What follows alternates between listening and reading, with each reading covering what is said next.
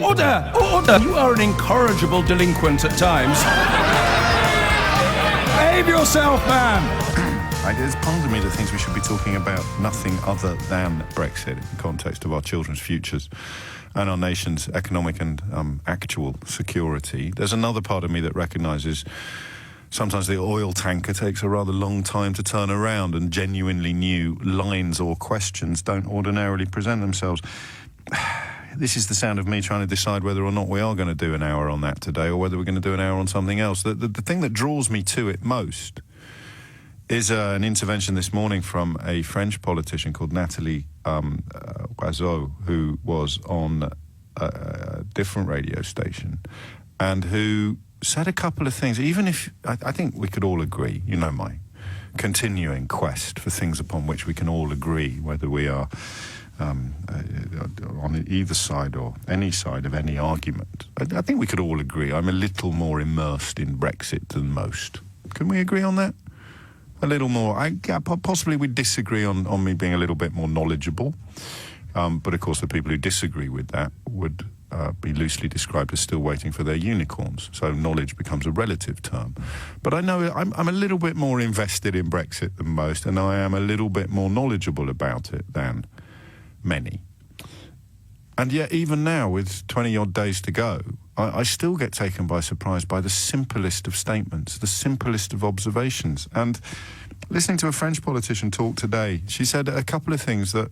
Well, she said one thing in particular that stopped me in my tracks, because it is the perfect illustration of how badly we've been let down by much of, and I am giving myself a free pass on this, I'm not guilty of this, but most of the British media is, because most of the British public is still ignorant of the most basic facts. Here's a phrase, okay, that you would hear from anybody involved in the EU 27's negotiating position, and which would be endorsed by anybody who's been paying attention, proper attention. I mean, with their eyes open, their prejudices parked, and their ears unblocked. The EU is currently trying to implement our decision. Just think about that for a minute. You wonder why the news coverage in the other 27 countries is so utterly at odds with what's still being served up here by Rupert Murdoch's lackeys and others. They're trying to implement our decision. In a way, that changes everything. What do? They're trying to implement our decision. So we told them that we wanted to do something, and they're trying to help us do it. They'd rather we didn't leave, obviously. But when we negotiated the terms under which we would, which should be loosely called the withdrawal agreement, the EU, this is the point, I think, that highlights why it's impossible now to rationally analyse the situation, because the irrational actors, the agents of irrationality, have triumphed. It's a sad admission, but it's clearly true. If you don't believe me, just look out of your window. The people who are making irrational, unfounded claims and arguments won the referendum, and in many ways they continue to win the aftermath, because if they weren't winning the aftermath, if people weren't still casting a preference according to ignorance, misinformation and downright lies, then the numbers would be about 95% to call the whole thing off and 5% to carry on doing it. So they're winning. They're still winning. Make no bones about it. And one of the best elements of evidence of that victory, that continuing victory, is the conversations about the backstop. I don't have good enough French, sadly, or I don't have any German, but I can read stuff in translation, and I can speak to foreign journalists. I get phoned up quite a lot now by foreign journalists, sometimes just for a steer on a story rather than necessarily being quoted in it, or indeed being featured on the front page of the New York Times, as I was a couple of weeks ago. That's how mad it's become. Just one gob on a stick, one dozy journalist who used to make his living talking about parking tickets and potholes has just paid attention to Brexit and become an international news story. It's nuts, right? Absolutely nuts. What am I doing on the front page of the New York Times? Well, it turns out you've understood it all. And it is of interest to the New York Times that you work in a profession where so many people continue to peddle misinformation, lies and downright deceits. That's made me an international news story. That is disgusting, utterly shaming for our profession. It shouldn't be news that a journalist understands stuff and explains it to his listeners for 2.5 years. But it is. You know, it's not all cloud, obviously. It's quite a chunky silver lining as well. But here's the point. Here's the latest point. How many people who still consider themselves to be, quotes, Brexiters, end quotes, or who still think that leaving on WTO terms is what they voted for when they said they wanted to leave, or who Nadine Dorries claimed yesterday 17.4 million people voted for no deal. About 6 months ago, she was claiming that she wanted Norway style all along. Only about a year ago that she had to ask fellow members of the ERG to explain to her what the customs union was, because she kept losing arguments with people about why it was very important to leave it. So weapons-grade ignorance, by no means confined to Nadine Dorries. But I never thought it would actually poison the watercourse of the entire nation. It has, because think about what's happening now. You've got Geoffrey Cox. A German diplomat has described the proposals put forward by Geoffrey Cox, who's conducting these negotiations on behalf of Theresa May. She described them as insane. I think the word, I don't have the German, I think the word was utterly insane. And not in a good way. Not in the way that the millennials say, man, that's insane. Not like that. Actually insane. Because it is yet more evidence of us turning up and saying, look, I know you said X, Y, and Z were true, but is there any chance you could at least pretend that X, Y, and Z aren't true? And the German negotiators respond by saying, that's just insane. That's what we're reduced to now. It's a picture in a Dutch newspaper today. Murdoch, Farage, Johnson, Rees-Mogg, depicted as pigs that can't actually fly, but they've jumped off a cliff and in the belief that they could fly, and the entire British nation is charging along or being dragged along behind them. That's a cartoon in a Dutch newspaper. Insane, the word used by German diplomats to describe our current negotiating position. And yet you open up a British newspaper, or you turn to... What did we point out about The Sun the other day? The Sun told its readers in October of 2016 that any suggestions we wouldn't be able to stay in the single market and the customs union were utterly ridiculous. It was just French and German sabre-rattling. So the Sun is now arguing the polar opposite of what it argued in October of 2016. Secure in the knowledge that they got enough support from powerful people in the media and enough access to the public to get away with it without people pointing it out. That's why they hate me so much, because I keep pointing it out. You are frauds. You are liars. You are damaging our country by deceiving your readers. And it doesn't matter whether you're deceiving them now or whether you were deceiving them then. The very fact that you've made both arguments in the same newspaper, in the same era, means that at least 50% of the time you were lying. Consciously or not, I don't know. But here's the line, the killer line, right here. The backstop in Ireland, as it stands, is a British proposal. The backstop arrangement in Ireland, necessitated by our decision to leave the European Union, obeys the terms and conditions laid down by the British negotiating team. Just think about this, because even now, after so long and with so little time to go, I still have moments of utter incredulity at what our country has been reduced to and what my profession has been reduced to. Think about this. This controversial phenomenon, this stumbling block to freedom, this absolutely intractable obstacle that has been thrown up in the path of ardent Brexiters, was invented by the British government. We went to them and we said, we want to leave. They said, really? Oh, okay. Well, these are our rules. And we said, ha, ha, ha, ha, Monsieur Frenchy, you can take your rules and you can stick them where the sun don't shine. Because we do dodgy sorts of accents when we're talking about foreign people, if we're Brexiters. Play the Digby Jones clip. He mentioned that the negotiator was French, as if that was in any way relevant to anything. So we went to them and we said, we're leaving. They said, really? Okay. Well, these are the rules. And they've kept saying for 2.5 years, nearly 3 years, yeah, these are still the rules. And we've kept turning up going, any chance we could change those rules? And they've kept saying, no, we're not going to change those rules. And then as reality began to bite and the real weapons-grade charlatans like Johnson and David Davis ran for the hills with their tails between their grubby little legs, as reality began to bite and we actually had to start writing stuff down, we said, well, look, we've got a bit of a problem in Ireland, because if we're going to leave the customs union and the single market, right, then this notion of there being no economic advantage on either side of an Irish border becomes really hard to enforce. Because if we're bringing in filthy chicken from America because we've been forced to by our desperation to sign a trade deal with Donald Trump, the people in the Republic of Ireland don't want to eat chlorinated chicken. How are you going to make sure that no chlorinated chicken that's allowed to come into Northern Ireland isn't getting into the Republic of Ireland? Well, we'll have to check everything that's got chicken. Yeah, but what about people who are lying? What about people who are saying this isn't chlorinated chicken, this is unchlorinated chicken, but it's a lot cheaper than the stuff that's actually gone through our food and safety standards, so I'm going to start smuggling chickens. That's not a figure of speech. If you're thinking of Speedos, that's smuggling budgerigars.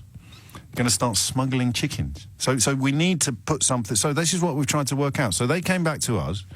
I can't believe that I still need to explain this to people. But there are people who do what I do for a living. There are people who sit behind this microphone who still don't understand the simplest of premises. So we said to them, we'd like to leave. They said, really? Well, OK, these are our rules. We spent 2.5 to 3 years going, any chance we can change those rules? Any chance we can change the rules of the thing that we're leaving? No. None? 9. Come on, give me another language. I don't have enough. I know the Serbo-Croat word for beer, but that's unhelpful in these circumstances. So we spent 3 years saying, please can we change those rules that you laid out right at the outset and told us wouldn't be changed at all? And please, oh, but hang on, I've got a top hat and a monocle and a really posh accent and a nanny. Surely we can change those rules. No? Oh, well, hang on a minute. I'm doing a big walk from Sunderland. I'm doing a big ministry of silly walks. Just pay 50 quid and hopefully that will cover the cost of my buses. No, sorry, pal, we're not changing it. What? You mean when you said those were the rules and you were never going to change them, you were actually telling the truth? Yes. Oh, well, in that case, I'm going to send that bloke with a really deep voice. Geoffrey Cox, he'll get you to change your rules. Geoffrey Cox described this morning by a German diplomat as insane, or his proposals, rather. Insane. Nathalie Loiseau on the radio saying we haven't actually seen a proposal yet. Theresa May is telling us that they're there doing some sort of negotiation because she has to, because the British newspapers need to report something. When they know the truth, which is the negotiations ended months ago. In many ways, the negotiations ended when the withdrawal agreement was agreed. But here's the absolute money, the absolute moment where I believe the disaster that awaits our country makes inevitable sense. With 23 or 4 days to go, I would say a significant majority of the country, because of the abject and borderline corrupt failure of the British media, a significant majority of the country is labouring under the illusion that the so-called backstop is something that the EU is doing to us. The terms and conditions of the backstop in Ireland, the British border with the European Union that is necessitated by Theresa May's red lines, is our invention. They came to us and said, well, we can, I suppose, sustain current terms and conditions until we get a trading agreement in place, but it would apply... Oh, man alive. It would apply only to Northern Ireland. And then we came back and said, no, it has to apply to the whole of the United Kingdom. And they said, well, it's not what we want, but we'll do it. Truth. Do you know what's really pathetic? Or possibly even sympathetic? I don't know whether it'll make you want to give me a cuddle or give me a slap. But there's still a little bit of me, even with, what is it, 23 days now? 24 days? Where's the 7th today? 22 days. 22 days. There's still a tiny little bit of me that thinks, yeah, come on, clever clogs. You've missed something. Something's going to give. Can't be as bleak and as bad and as bonkers as you think it is. And then you sort of see the German diplomat describing Geoffrey Cox's proposals as insane. You see Theresa May existing in some weird vortex where reality is hardly even a word, let alone a state of being. You see the chancers and the snake oil salesmen, the liars and the cheats and the fraudsters still got their radio shows and their newspaper columns. Still no answers to questions of where the small sum of £8 million came from to shore up some of these campaigns. Utterly breathtaking. So there's always in the back of your mind that even with 22 days to go, well, look, maybe you're not all that, mate. Maybe there is something there. Maybe these people who have been proved wrong about everything that they said in the run-up to the vote will actually turn out to have been right about something. And the weird thing is, you really want them to be. There is no pleasure in being proved right about all this stuff. I would pay good money. I could probably pay quite a lot of money to be wrong, because it would cost me less in the long run than what's going to happen if I'm right. And I'm okay socioeconomically. I don't work for a car company. I don't work in agriculture or production, manufacturing or export, or indeed rely on imports to do my job. You know, I just turn up and vent. But my goodness me, I'd give anything almost for everybody else who is going to be hit hard by this to be spared the utterly unnecessary pain. I was chatting to a greengrocer friend last night about this trial run in France. Again, it's being underreported here because, well, think about it. Imagine if I told you to vote Leave. Would I be telling you about the Royal College of Radiographers warning about delays to cancer tests? Would I be keeping you properly up to date with all the job losses that have already happened and all the predictions of future ones that have already been made? Would I be sitting here pretending that the almost unanimous voice of British business now is that we're doing something utterly, utterly ridiculous? If I told you to chop off your arm, would I then spend the rest of my career telling you how important arms are? Or would I just pretend and talk about something completely different, like, oh, I don't know, Kim Kardashian or something? Well, obviously, if I was morally questionable, I'd be talking about Kim Kardashian until the cows come home, but I'm not. I'm talking about stuff in your life that matters. And today's illustration of that mess is this ongoing situation. I glance at the screen. UK still trying to amend deal. PM seeks binding changes to backstop. EU, I can't see that bit because the subtitles are in front of it, but I don't even need to. EU says no substantive progress has been made. and that line about smuggling chickens, I think, is at the heart of all of it. We need to explain to them how we are going to make sure that no chlorinated chickens, to use a popular figure of speech, no chlorinated chickens can get into the Republic of Ireland, right? We need to explain how we're going to do that until we sign a trade agreement which means that no chlorinated chickens will get onto the island of Ireland. But if we don't sign that trade agreement, we will still have to explain to them how, if you're allowed to bring chlorinated chickens into Northern Ireland, how are we going to make sure that none of them can get into the Republic of Ireland, right? It's simplistic. I mean, I'm sure there are flaws in it, but if you want first principles, this is what you need. So it's our job to do that, right? It's our job to do that. And we can't, because it's impossible. Now, maybe there'll be technological solutions available at some point in the future. I'm not clever enough to imagine what they might be, but I'm clever enough to admit that I can't imagine what they might be. If I was really thick, I'd be like David Davis and pretend that there's a solution on the horizon, but, you know, it's not my job to tell you what it is. Of course it is. So you have this astonishing state of affairs where we have to explain to them, the collective of 27 countries, represented in this instance by the Republic of Ireland, we have to explain to them how, without having a hard border between us and them, we're going to be able to be sure that stuff you're not allowed to sell on their side doesn't make its way across the border from our side where you are allowed to sell it. And if, of course, the denizens of Tufton Street get their way, then the stuff you'll be allowed to sell here that you're not allowed to sell there will be all of the stuff that is currently not on sale in this country because of consumer protections, because of health and safety regulations, because of standards. And that's all it is. And yet, Every single morning I wake up and turn on the news and wonder whether I'm inhabiting a parallel universe, because almost everybody else in the business seems to be missing these most simple and salient of points. And I know why they're missing them. Not on the media outlets where you are entitled to an opinion, even if it's horribly and demonstrably wrong, but on the BBC in particular. They're missing them because they still haven't processed that the, quotes, two sides of that argument back in 2016 were not deserving of equivalence. You do not book Galileo Galilei to talk about heliocentrism and then book Nigelo Lorsini, who's never seen a telescope in his life, to tell you why he thinks Galileo is wrong. And that is what Brexit is. That is what climate change is. That is what MMR vaccine news coverage by the BBC is. We are judged by a slightly different standard.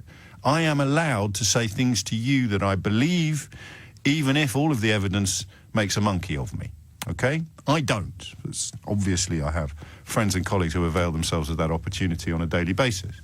But when it comes to this, with 22 days to go, I want you to call me up now and tell me how this has happened.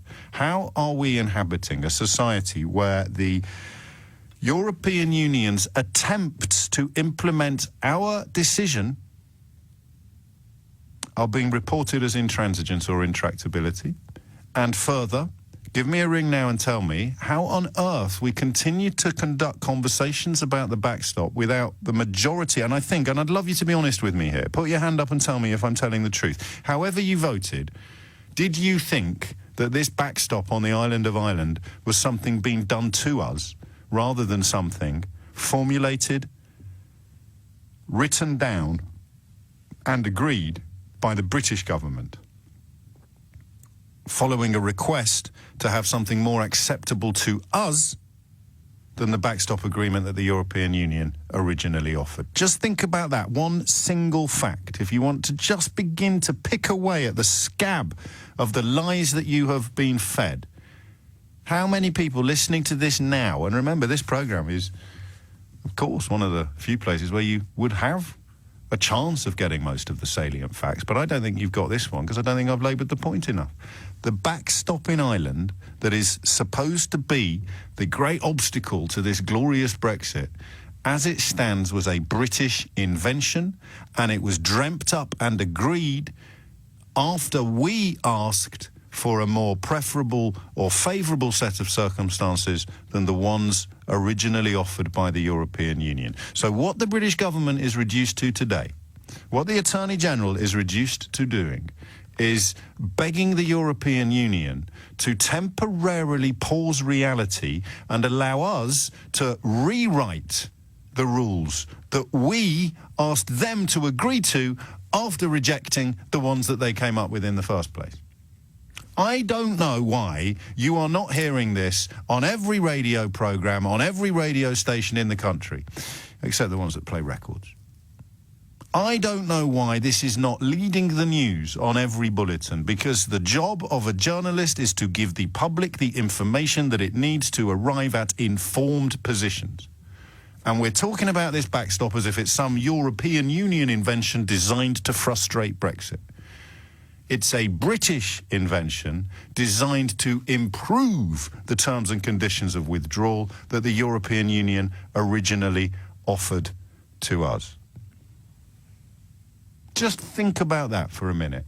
Whatever your personal views about Brexit, or indeed about me, or about Theresa May, just think about that for a minute. We are 22 days away from a cliff edge, and the conversation in this country is still conducted on terms that bear no resemblance whatsoever to reality.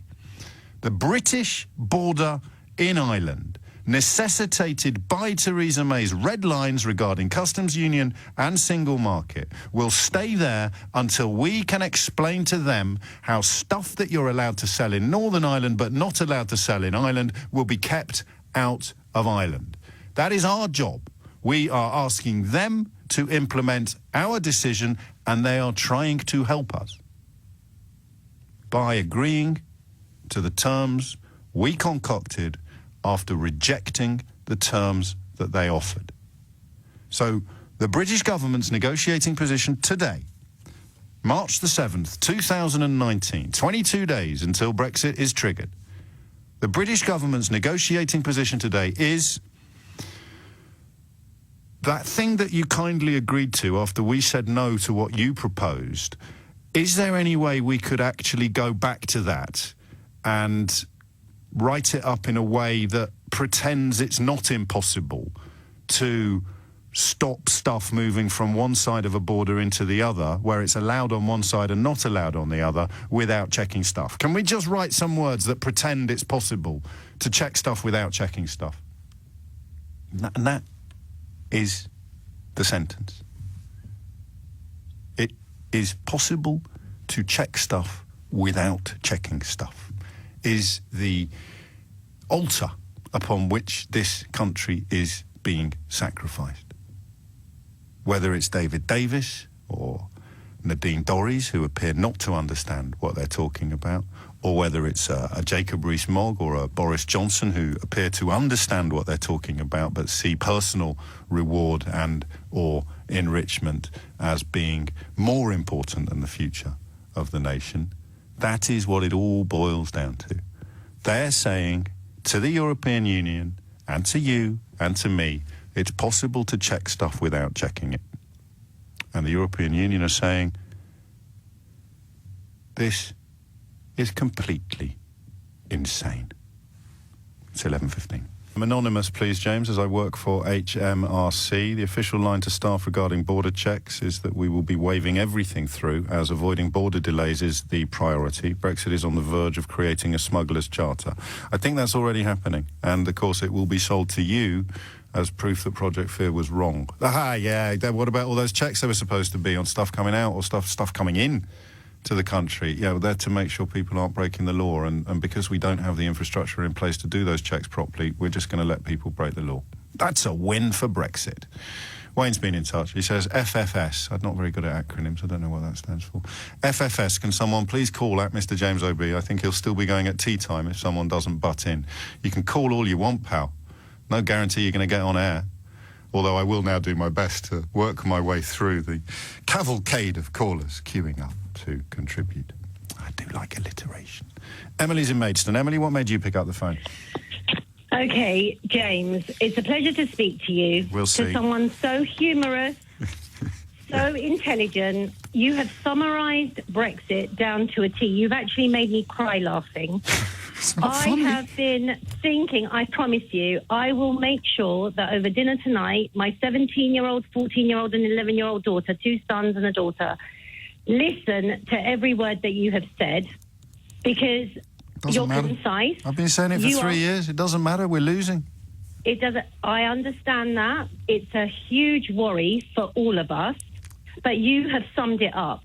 This has shown, I think, this whole country, let alone Europe, every continent, how a government lies to its people, how my children say, and children that I work with, I'm child psychology background, okay, that people are minions, that we are minions who follow. Obviously, those who listen to LBC have their opinions. We all have our opinions.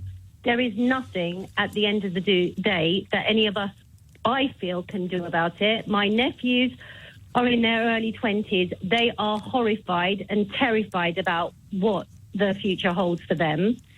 I believe that it will be high taxes and lead to an example of how Germany and France are at the moment. Don't ask me about immigration. No one knows. You have shone a light. You have been... Well, you're covering more ground than I did. All I'm talking about is this week's news, this backstop in Ireland that we invented, and yet you open up a newspaper, you turn on the BBC, you turn on pretty much anyone else, and they're still talking about it as if it was something being done to us rather than what we asked them to do for us. It's the spin. It's the spin. It always has been the spin. To sell papers, no disrespect to you as a journalist. You and Nick Ferrari are on it. Sheila as well. I've phoned Sheila in the past. Are we on it like a car bonnet? God. Well, you're very grateful. But unfortunately, I'm afraid there are people still broadcasting from this studio who don't understand what is going on, although... with the exception, of course, of the despicable belch of beery flatulence, I'm always far too professional and polite to name names. Emily, thank you. It is 22 minutes after 11. You are listening to James O'Brien on LBC. Joseph is in Stroud. Tell me what I've got wrong, Joseph. So I've been racking my brains about this for quite some time, because I look at my mother-in-law, who loves her grandchildren, cares for them, and wants them to have the best. Yet she is a dyed-in-the-wool, hardcore, burn down her own house if only it would get us out of the European Union. Yes. But she gets that okay, that's going to limit her grandchildren's opportunities. It's going to remove their freedom of movement, which is golden. I mean, they exist because their mother had access to freedom of movement, used it, and met me. So it's kind of like every silver lining has a cloud, Joseph. Well, yeah, exactly, right. You know, I still hope she doesn't get glasses, but that's, by the by. Go on. So the penny dropped for me one day when you were talking about it, and you're saying, hey, there's this group of people who believe in their heart of hearts that the European Union is their implacable enemy. And for them, it doesn't matter what it costs. It doesn't matter how insane their country seems. It doesn't matter the cognitive dissonance that they go through looking at their grandchildren and saying, well, this is going to hurt you. Because for them, it's about freeing their grandchildren from enslavement by their sworn and implacable enemy. And it took a while for us to realize this, but it's the only thing that makes sense of everything. It does. I've been... Because I'll say, but they're not your enemy, and they'll say, yes, they are. That's what they want you to think, and you've got nowhere to go. Well, and it's why they've all started talking about the World War. Exactly. And if you were fed on a diet of 1950s and 60s World War II movies, what do you expect? I mean, come on. Well, I was. I'm the same age as some of these people. I read Commando. I read Commando comics and Warlord and Victor, and I loved it. And I had all the lines about, for you, Fritz, the war is over. And I knew, but it just didn't really, to me, paint a picture of the future. It painted a picture of the past. Exactly, but these people have painted a picture of their glory days. So on the Irish thing, because I'm uncomfortable with this, I'm genuinely hoping that I've gone a bit overboard and that there's bits I've missed or got wrong. Yeah. The backstop arrangement is what they agreed to after we asked and said no to what they wanted. And yet every single line of British coverage today, from the BBC down, is either implicitly or explicitly reporting it as something that's been done to us that we're desperately trying to escape from. Back to my previous comment. Your enemy will never do anything in your best interest. And anything that you extract from your enemy is either too little too late or something which you should have got to more. You should never have had to be in. The visceral hatred that will turn anything into into something out to harm us is and it's so powerful. It's not just Brexit, it's the migrant caravan, it's Mexicans, it's foreign rapists, all of those things. It works from all day long if the population are insecure and frightened enough. And of course an economic crisis plus a refugee crisis creates the perfect circumstances for a population to be completely mugged on both sides of the Atlantic. Joseph, thank you. Kerry is in Dublin, which is not geographically correct for fans of Ireland, but it is accurate in this context. Kerry, what would you like to say? Well, I think you summed up the whole thing brilliantly. No. I'm wrong, and I want you to tell me why. Well, there is no reason it could be wrong. I've been telling people for years it's all going to be over an infected cow coming from Northern Ireland and ending up on a French dinner table.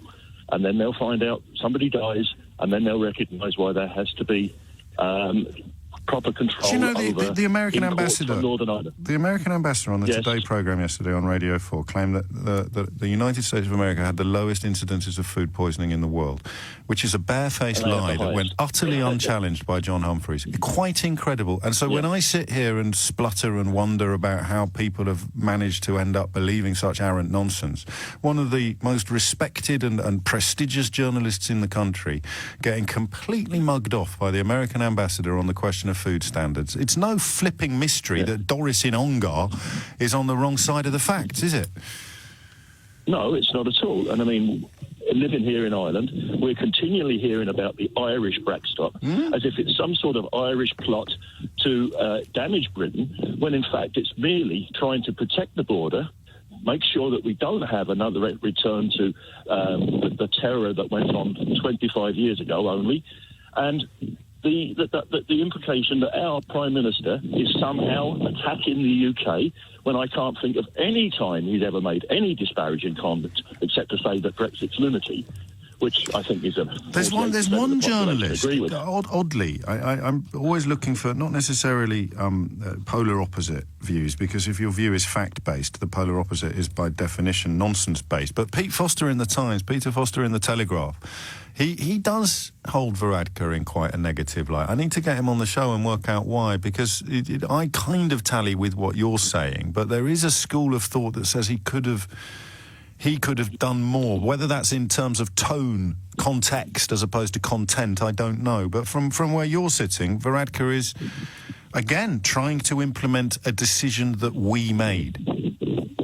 Absolutely. I mean, it's of the British making. It causes us interminable problems. I mean, it's an absolute disaster for this country if you go into a hard Brexit. But the population, 78% in the last survey, were firmly behind the government view. We have a total agreement with all political parties, and yet we're being told that Varadkar is somehow running a hate campaign against the UK. I tell you, if this thing goes to when it goes to negotiations after the when we try and get a trade agreement.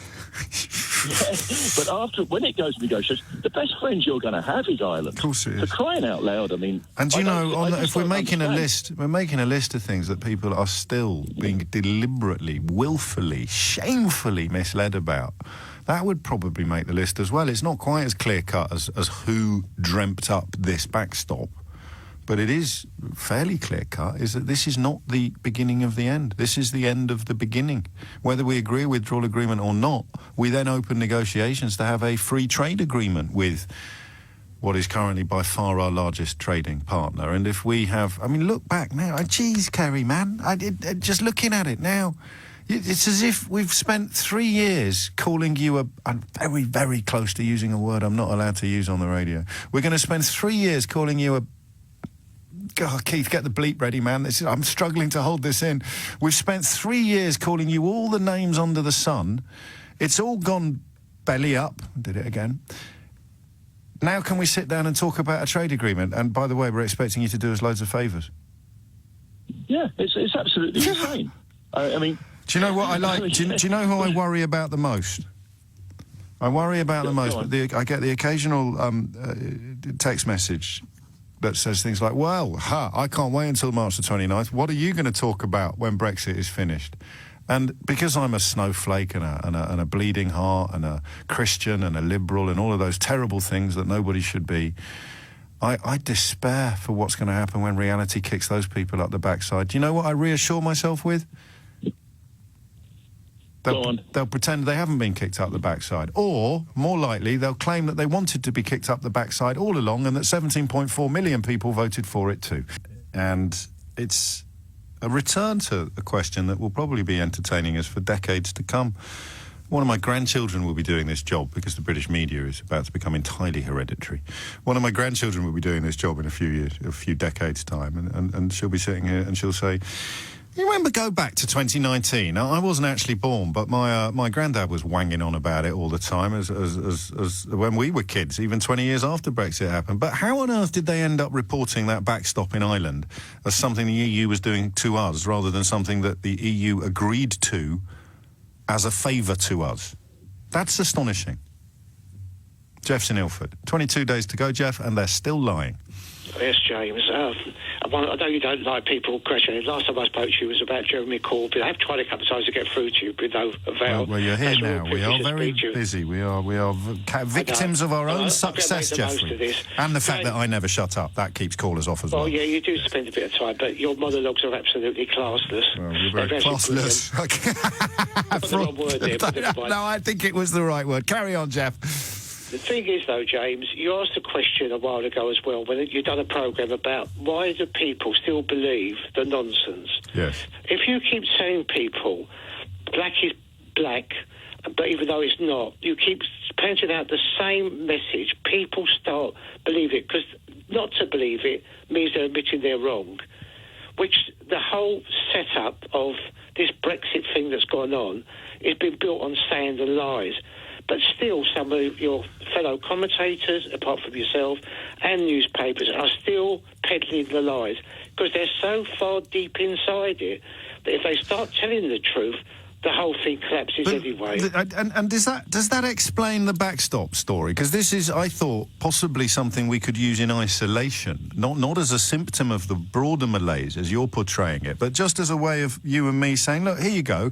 Here's more evidence of them telling you that black is white when white is clearly white. The way or is it the fact they can't report the backstop honestly, because if they end up having to report that the negotiations are breaking down because the British Prime Minister can't get the British Parliament to agree to the agreement that the European Union agreed to as a favour to the British government, then that's like a tiny little thread, and once they tug on that, if they reported it honestly, the whole suit would fall apart. The whole thing. It's like dominoes. Yes. If you take the first domino out, the whole lot collapses.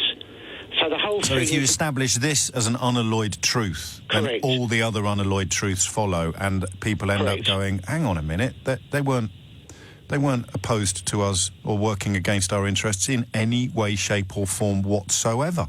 Correct. But that is why they're so deep inside that with Theresa May, I mean, we're in embarrassment, James. I feel ashamed of this country. We still think we're an empire. You know, we've always punched. Yeah, but Jeff, what's clear down in Ilford is that you are a fully paid-up member of the Metropolitan Liberal elite, and you are probably being paid by George Soros. You're probably being paid by George Soros to make this phone call, Jeff. Yeah, the check's in the post. Yeah, let me know if it ever arrives. I'm very unhappy with Mr. Soros. Jeff, thank you. And he's right, you know. I don't know how far to go with that. I was trying to use the border issue, the backstop, as an example, a self-contained example, but I lean to Jeff's analysis, which is a little more nuanced, wherein it is just yet more evidence of this disconnect between reality and Brexit, which I suspect will be best summed up in years to come as the direct result of treating an ill-informed opinion as possessing the same value and weight as an actual fact. How did this happen? Well, the British media, for a variety of reasons, son, started treating people saying things that are not true with the same respect as people saying things that are true. Why did they do that, Dad? Balance, son. What? Yeah, balance, son. But some things are just true, Dad. I know, son. It's down to your generation now. Be safe. It's 11:40. You're listening to James O'Brien on LBC. Dan is in Leicester. Dan, what made you pick up the phone? Good morning. I basically rang up to have a moan about the backstop. Oh, but, well, no. Can you not tell me what my analysis has got wrong this morning? No, not a lot. I think if you look at somebody like Jacob Rees-Mogg and his bunch, they do one thing really, really well. They filibuster. And I think the backstop is a perfect tool. As in kicking the can down the road because they secretly want a no deal. Keep talking about something. Keep battering something around, like the little triangle between the UK, the EU, and the Good Friday Agreement. Ping, ping, ping, like a pinball. Yes. Until we hit March 29th. He said it in a speech the other day. If all else fails, tick-tock goes the clock. And he had a smug little grin on his face as he said it, and he knows that if he can just keep people wailing in incredulity about the intransigence of the other two people in this little triangle, eventually we'll get there. Because he buys in, or he feeds into that thing that the previous caller, the Canadian caller, described as being this weird Second World War legacy. What's the name of that madman? Marc Francois, was it? Talking about how his granddad fought the Germans or so. And he seems to mean it. He seems to be one of the victims of the con rather than one of the perpetrators of the con. But that is the only way that you can look at the backstop situation today and understand the madness coming from one side of the argument. The only way is it doesn't matter. They're our enemy. And once you've got that bedded so deep you'll never get it out again, all else falls into place. Everything else makes sense. You'll know this. What's the first line of the Bible? Oh, in the beginning. In the beginning, God created the heavens and the earth, right? Yeah. If you buy that, the universe looks very different to if you don't, and Brexit is exactly the same. You buy the first line that tells you that the EU is basically our enemy, the entire world changes. And people like Marc Francois suddenly start to make sense when seen through that lens. But you have to look through that lens. I have the best callers. Stone cold, bar none. Dan, thank you. He's right. And that of course, plays into the cultish, with an L, religious, all of those arguments that brainwashing, Stockholm syndrome. He is right. And I go to church. I am a Christian, remember, so there's no kind of anti-religious feeling attached to that. The problem is I can't ask you to sacrifice or indeed to risk your children's futures on the altar of my political belief. That way madness lies. That way, in fact, pogroms and executions and burning at the stake of Protestants one year and Catholics the next, or vice versa, lies. And I mean, God, Brexit's not as serious as any of that in the great scheme of things, although it was interesting to hear the Health Secretary on the news last night refuse to guarantee that there would be no deaths as a result of a no-deal Brexit. And he said the Health Service is not in the business of offering guarantees. And I thought, well, I can offer a guarantee. I can guarantee that there will be no deaths as a consequence of any kind of Brexit if there isn't any kind of Brexit. So the Health Secretary can't guarantee that there will be no deaths as a consequence of Brexit, in this case a no deal, crash out. And then he says, well, no, we're not in the business of guarantees. But you can, oddly, it's a little bit semantic this, but give me a break, I'm working hard. You can guarantee there'll be no deaths as a result of Brexit if there isn't any Brexit. Anthony's in Walthamstow. Anthony, what have I got wrong? This backstop analysis is utterly perfect as an illustration of the madness, but my God, it's heartbreaking if it's accurate.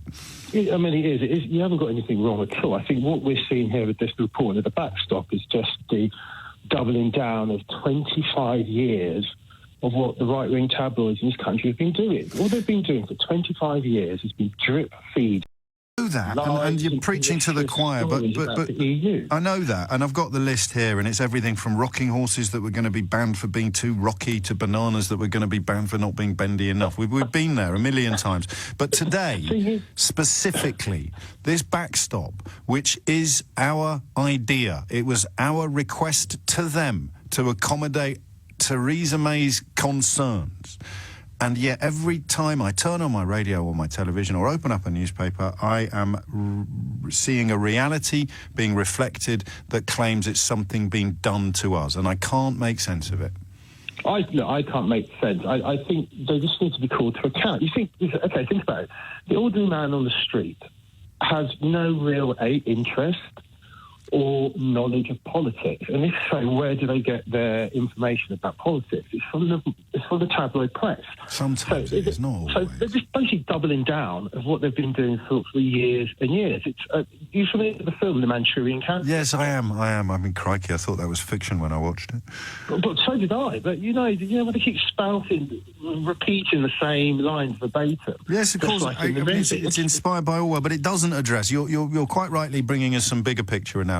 But I'm doing tiny picture analysis today, and the tiny picture is the picture of that backstop agreement, the withdrawal agreement, and this is, and I know that this is why some people listening to the programme are going to be in all sorts of trouble at the moment, because you can't actually refute, deny or argue with anything that I've said today.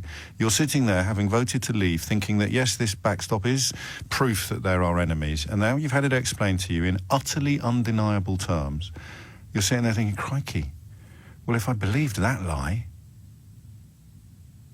how many others have I believed? What if my whole vote in the referendum was based on a lie? Well, It's not much consolation, but it could be worse. It could be your whole life that was based on a lie. Not mentioning any names, which is why I've allowed myself an even more impassioned hour than usual on the question of Brexit. But it's a heartbreaking morning, really, because attempts to understand how a country has been reduced to such piddling patheticness are actually easier than usual today. You just need to look at the coverage of what's still going on. And the idea that Theresa May, having successfully persuaded the EU27, or the Commission's negotiators, having successfully persuaded them to accept our suggestions for a backstop at the British border in Ireland, we are now seeing the British media report continuing attempts to get the EU to concede when they already have. And it doesn't get any madder than that, really. It's why I don't think I'm going to get any viral calls out today, because even the maddest madman in Madland isn't going to ring me today and try and argue with anything that I've said. It's just not possible to do so. The backstop, as it stands, is the one we asked them to accommodate after they came to us with a different proposal. In simplest terms, they felt that the Northern Ireland part of Ireland should remain in the same regulatory trading environment as the Republic of Ireland, but the rest of the United Kingdom would move away first. And the United Kingdom said no, partly because there's no way the DUP would countenance Northern Ireland, despite the fact that Northern Ireland voted to remain.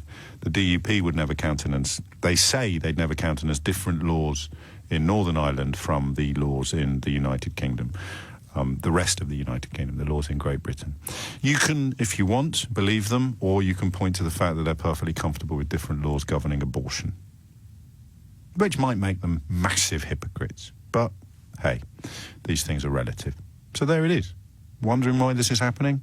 Have a look at the coverage today from the top of the British media right to the very bottom, and come back to me when you find someone explaining in the simplest of terms that what we're currently trying to do is reopen the negotiation that they agreed to after we asked them to accommodate our rejection of their original proposal. And if you want to double down on the madness, remember this claim that we should walk away? They're still making it. Digby Pudding Jones still making these claims that you've got to be able to walk away without ever acknowledging the most simple of simple facts. The simplest simple fact in the land of simple facts. When you walk away from any other negotiation, you walk back to where you started. When you don't buy a new car, you drive home in your old car. When you pull out of plans to buy a new house, you stay in your current home, whether you're on your mum's bed settee or whether you're in a home you already own. If you decide not to buy that food mixer, you go home. You do not arrive in a brand new universe with no car, no house, and no food mixer. Those two things right there. Look at the coverage of the Irish backstop today, or the British border in Ireland. Tell me whose idea it was, and then tell me whose idea you thought it was when you were looking at the story through the lens of 90% of the British media. And then give me an example of when you walk away from a negotiation into utterly uncharted and unknown territory, as opposed to walking away and going back to where you were before the negotiation started. I think we've done it. 11:54. I think we've done it. Those two things. I'll squeeze in Will and Norman before the break. Before that, I'm just going to make you smile. Guaranteed. Are you familiar with Tim Cook? Yes? The CEO of Apple, the successor to Steve Jobs. Tim Cook, one of the best-known business people on the planet.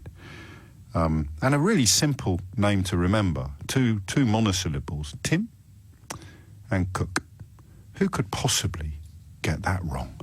I mean, you've really put a big investment in our country. We appreciate it very much, Tim Apple. Go on, give me it again. I mean, you've really put a big investment in our country. We appreciate it very much, Tim Apple. Tomorrow, Donald Trump will be sharing his views on those titans of American business, Mr. Bill Microsoft and Jeff Amazon. It's 11:55. I'm James LBC. Will's in Enfield. Will, what would you like to say? James, can you remember, Will? That's the first question, isn't it? Can I remember why you rang in? I can remember, believe it or not. But I think the one thing that it comes back to, you know, I've been watching this situation. I've lived in London for 10 years, but I'm originally from just outside Dublin. But interestingly enough, I had my cousins from London come over to Dublin a few weeks ago. One of them, it was his first trip over, and we had a really interesting conversation about Brexit. Now, I did history in university. I love my history, and, you know, you were talking about Warlord and all those comics and stuff when I was younger, and that's what kind of got me into my love of history. But talking to them about what they had learned in school, you know, the general overview of history, they had absolutely no idea of any Irish history whatsoever. And they basically said to me, you know, apart from the Tudors, a bit of World War I and World War II, that was it. Yeah. And or Wattle and Daub houses as well. You go right back to prehistory. Well, this is the thing. So there's this, you know, incredible ignorance. And we see that, you know, coming out through Boris Johnson saying that, you know, the border is the same as the border between Camden and Islington. He's a historian, don't forget. So it's not ignorance on his part, it's willful deceit.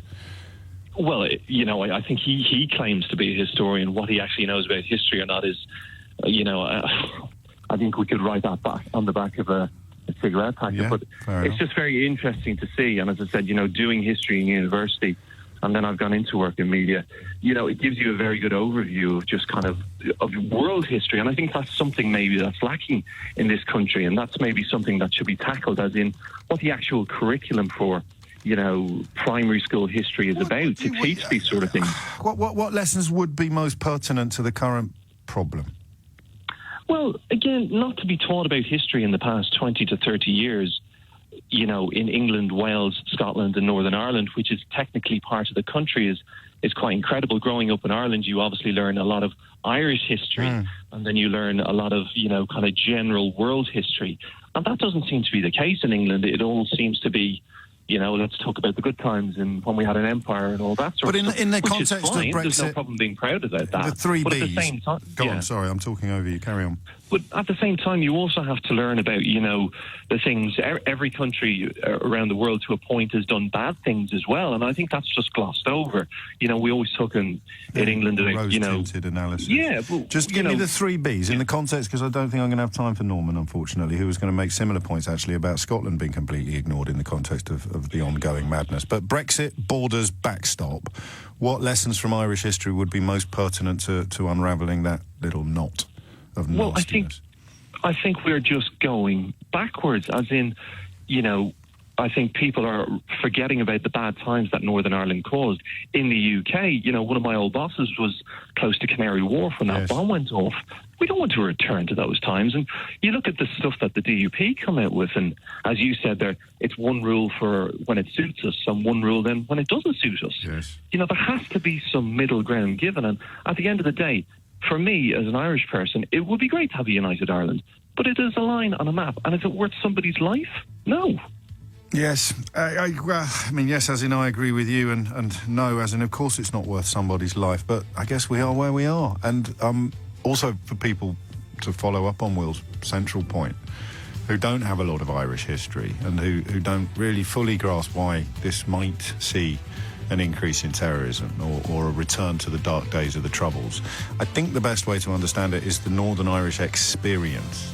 If you see yourself as Irish, but you feel that your land is being governed by an occupying force, then you are more likely to lean towards the extreme. The Good Friday Agreement and the removal of a hard border stopped it feeling like an occupying force, which is why